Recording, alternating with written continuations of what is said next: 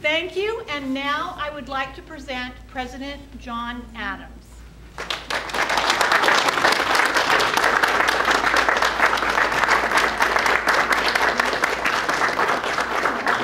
Gentle ladies and good gentlemen, thank you for coming here and attending this evening. I think, however, because of my failing eyesight, I could see you better and you might be able to see me better, which I would have the advantage of if we move to the adjacent space. It is my great honor and privilege to be here with you this evening, although it would have been a more felicitous occasion had my dearest friend and my beloved wife, Abigail, been able to be in attendance. But I have brought some of my teachers, my mentors, my other friends, my treasured books. Books have been my education about government and politics, about religion and God and my fellow man, about philosophy and art, about law and justice. It is books that have prepared me for my many capacities and duties in service to our country. I served as a representative to the First and Second Continental Congresses, where for the first time the 13 colonies gathered in unity to confront the tyrannies of the British and eventually to forge a new nation. I served on the committee that drafted the Declaration of Independence, and I pushed for its passage. I was appointed by Congress as a special minister, first to France, then to Holland, and then as a negotiator for the Treaty of Peace to England.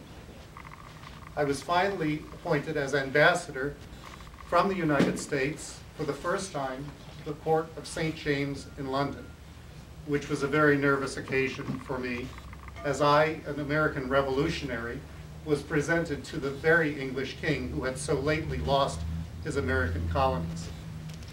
I served for several years in Europe before finally returning home, elected as the first Vice President of the United States, which I consider the most useless office that ever the invention of man has contrived or imagination conceived.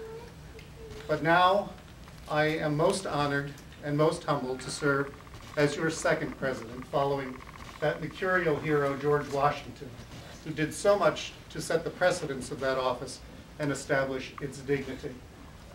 I have been aided in all of these capacities and duties by my family, by my sons, John Quincy, Charles, and Thomas, by my beloved daughter, Abigail Amelia, who we call Nabby, by my wise, my courageous, and my often too honest wife, Abigail. I am now coming to the close of my days of public service, whether or not I'm elected to a second term, and I've given pause to reflect upon my years of service. I have often now been asked more often by others what my proudest moment has been, my proudest achievement, and my greatest disappointment. As to achievement, that presents an easy and ready answer. It has been my work in establishing this as an independent nation. That was a task of enormous proportion, struggle, courage, and sacrifice. It was fraught with much danger and could easily have led to our total loss. But it was what destiny required. For you see, we had become a new nationality as Americans, separate from Englishmen, and we required a new nation. So whatever role I was able to play in making the move for independence happen, that will remain my lasting legacy. As to my greatest disappointment, what could be more hurtful, what could be more bewildering than losing the friendship of a close patriot friend who worked with me side by side so tirelessly for that independence. I speak, of course, of Thomas Jefferson. We had worked as one in great unity in that cause. But once that cause was won, we quickly drifted apart because of our different views of what kind of a nation America would be and what its place would be in the world. Mr. Jefferson sees an America of farmers, rural, tied to the land. I see an America of great industry, of prosperity, of burgeoning cities. Mr. Jefferson favors France as a foreign country because of their generous and necessary support of our revolution and because of their own. And although I do not favor England in her war with France, still, as a nation, England has to a greater measure been a friend to us more than France, who continues to harass our merchant shipping. As to the rift with Mr. Jefferson, that has only grown deeper and more bitter since I have become president. Because under our current system, whoever wins the most votes in the Electoral College becomes the president, and whoever wins the second most votes becomes his vice president.